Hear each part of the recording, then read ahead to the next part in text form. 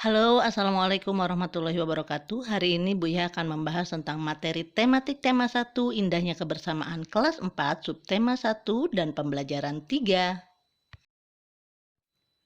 Selain melalui video ini, kalian bisa belajar melalui buku tematik yang sudah Ibu bagikan. Hari ini kita akan belajar tentang permainan tradisional. Nah, permainan tradisional apa saja yang ada di daerahmu? Bagaimana cara memainkannya? Coba kalian lihat di buku tematik kalian, ada permainan yang disebut dengan permainan benteng-bentengan. Selain benteng-bentengan, ada juga permainan gobak sodor atau galasin. Kalian pelajari di buku tematik ya, bagaimana cara memainkannya. Selain permainan tradisional yang beragam, Indonesia juga memiliki musik tradisional yang beragam pula. Bunyi yang dihasilkan suatu benda berbeda-beda. Demikian pula dengan bunyi yang dihasilkan oleh alat musik tradisional Indonesia. Ada yang ditiup, dipetik, dipukul, dan lain sebagainya. Untuk mengetahui bagaimana bunyi tersebut bisa sampai ke telinga kita bisa melakukan percobaan sebagai berikut. Panduannya ada di buku ya. Ada percobaan satu dengan tujuan mengidentifikasi sifat bunyi yang merambat melalui udara. Kalian bisa melakukannya bersama teman ya, menggunakan selang plastik dan juga memegang salah satu ujungnya. Dekatkan ujung selang ke telinga dan mintalah temanmu berbicara melalui ujung selang yang ia pegang. Nah, untuk percobaan yang kedua untuk mengidentifikasi bahwa bunyi merambat melalui benda padat. Sedangkan percobaan ketiga yang menggunakan ember besar, air, batu koral, corong kecil itu untuk mengidentifikasi sifat bunyi yang bisa merambat melalui benda cair.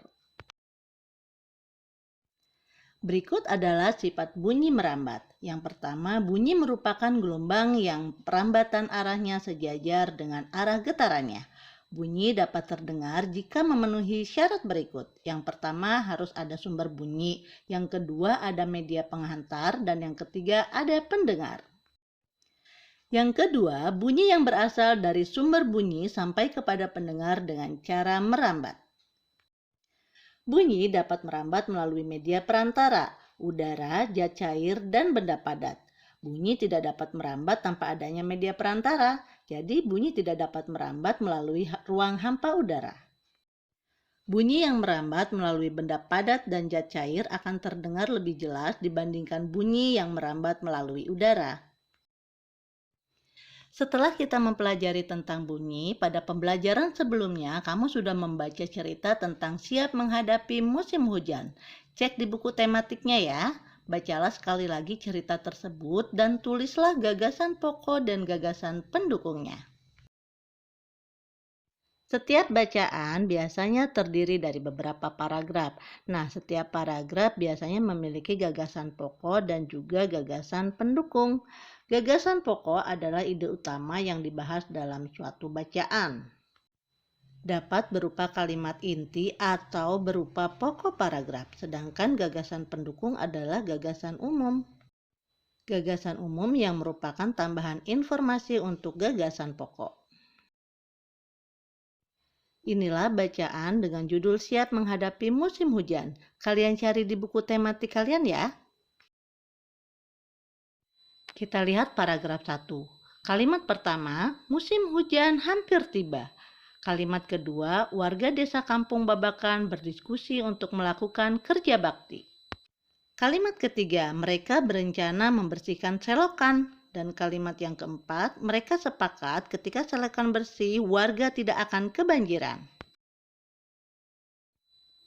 Jika melihat paragraf pertama, maka yang menjadi gagasan pokok adalah kalimat nomor 1, musim hujan hampir tiba. Dan kalimat-kalimat setelahnya merupakan gagasan pendukung. Nah, jadi kesimpulan dari pembelajaran kita kali ini adalah kita sudah belajar tentang permainan tradisional, cara bunyi merambat, dan juga cara mencari gagasan pokok dan gagasan pendukung pada sebuah bacaan. Tugas hari ini adalah kalian harus memilih permainan tradisional yang kamu suka, sebut nama permainannya dan bagaimana cara memainkannya. Tulis di buku tulis, lalu praktikkan video kamu sedang memainkan permainan tersebut. Tugas selanjutnya adalah kalian harus mencari gagasan pokok dan gagasan pendukung dari bacaan siap menghadapi musim hujan. Demikian pembelajaran kali ini, tetap semangat ya anak-anak. Bertemu lagi dengan Bu Iha Pariha di kelas selanjutnya. Assalamualaikum warahmatullahi wabarakatuh.